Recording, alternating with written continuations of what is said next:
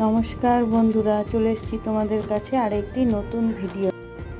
রোজ বর সেই সকালবেলাতে 9:30টার মধ্যে খেয়ে বেরিয়ে যায়, আর সেই ফিরতে ফিরতে বরের 8:30 বেজে যায় সন্ধে।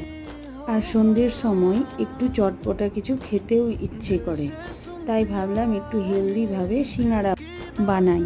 তো প্রথমে সিঙ্গাড়ার পুরটা বানিয়ে নিয়েছি। কেমন করে বানিয়েছি দেখতেই পাচ্ছ ভিডিওতে।